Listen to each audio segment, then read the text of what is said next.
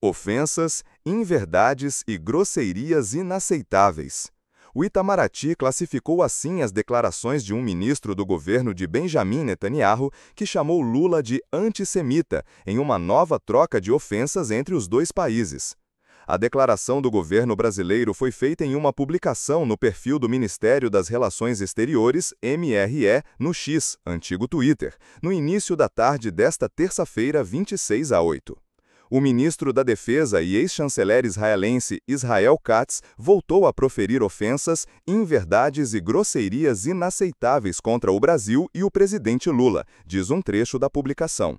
A resposta brasileira aconteceu após Katz criticar o governo brasileiro e o presidente Luiz Inácio Lula da Silva, PT, acusando-o de ser um apoiador do Hamas em uma postagem nas suas redes sociais.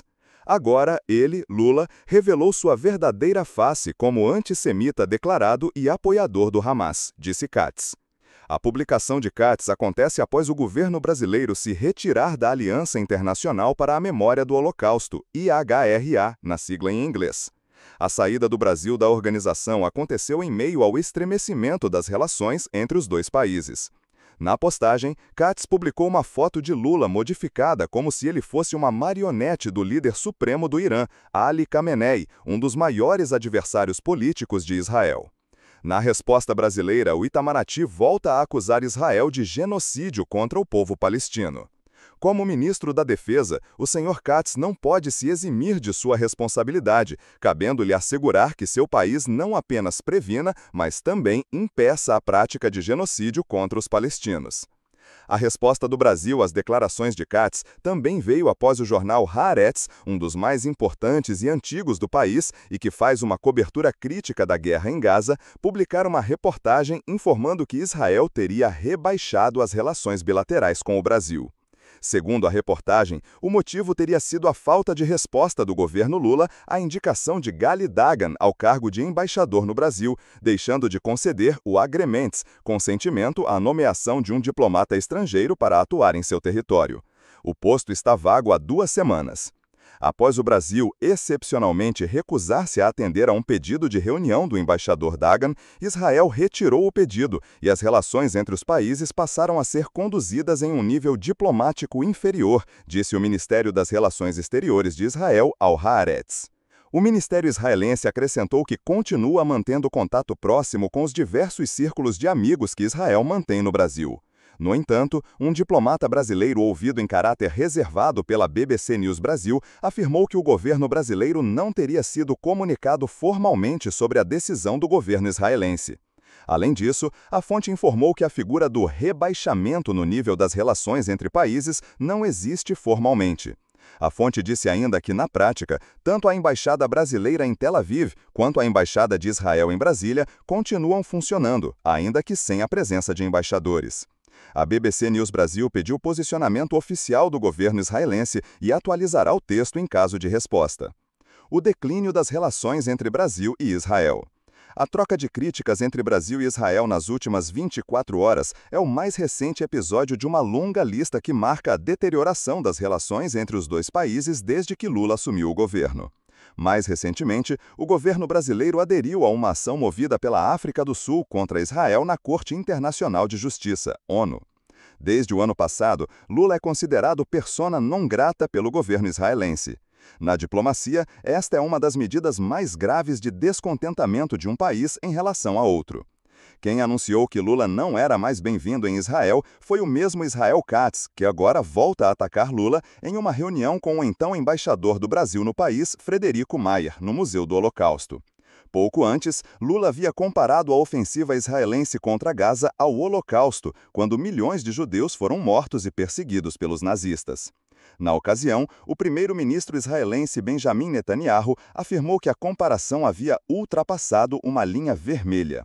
O governo brasileiro considerou a situação em que Mayer foi colocado como um insulto ao país. Em maio de 2024, Lula decidiu retirar Mayer de Israel, que não tem um embaixador no posto até hoje. O governo brasileiro também não respondeu à indicação de um novo embaixador por Israel. Celso Amorim, assessor para assuntos internacionais da Presidência da República e ex-chanceler, disse à TV Globo que o Brasil não vetou o nome. Pediram um agremente e não demos, não respondemos, simplesmente não demos. Eles entenderam e desistiram. Eles humilharam nosso embaixador lá, uma humilhação pública. Depois daquilo, o que eles queriam? Questionou Amorim. Faixa de Gaza. Amorim afirmou ainda que o Brasil não é contra Israel, mas contra a política do atual governo. Queremos ter uma boa relação com Israel, mas não podemos aceitar um genocídio, que é o que está acontecendo. É uma barbaridade. Nós não somos contra Israel, somos contra o que o governo Netanyahu está fazendo. Netanyahu diz que as acusações de genocídio em Gaza são uma campanha de mentiras. A guerra em Gaza foi desencadeada pelo ataque liderado pelo grupo palestino Hamas a Israel em 7 de outubro. Na ocasião, cerca de 1.200 pessoas foram mortas e outras 251 foram levadas para Gaza como reféns. Israel respondeu com uma grande ofensiva militar que dura até hoje e matou mais de 62 mil pessoas no território palestino, segundo dados do Ministério da Saúde administrado pelo Hamas e considerados confiáveis pelas Nações Unidas. O governo Netanyahu tem sido cada vez mais criticado pela crise humanitária desencadeada por sua ofensiva em Gaza, onde seus moradores passam fome, segundo a ONU. Isso levou uma série de países a reconhecer que reconhecerão o Estado palestino, ou a dizer que farão isso, entre eles França, Canadá, Reino Unido, Portugal, Espanha e Noruega. Atualmente, 147 dos 193 Estados-membros da ONU fazem esse reconhecimento formal. O Brasil é um deles desde 2010. Israel se opõe fortemente à proposta. O fator Trump. O Brasil também enfrenta uma grave crise diplomática com os Estados Unidos, o principal aliado de Israel na ofensiva em Gaza. As relações entre os países se deterioraram principalmente a partir de julho, quando o presidente americano Donald Trump anunciou tarifas de 50% sobre produtos brasileiros exportados ao país. A ofensiva seguiu com a aplicação de sanções a autoridades brasileiras, como Alexandre de Moraes, ministro do Supremo Tribunal Federal, STF, com base na Lei Global Magnitsky. No início do ano, Trump ventilou um plano para os Estados Unidos tomarem o controle da faixa de Gaza e reassentarem os palestinos em outro local. A proposta precisaria da cooperação dos Estados Árabes, que rejeitaram a proposta.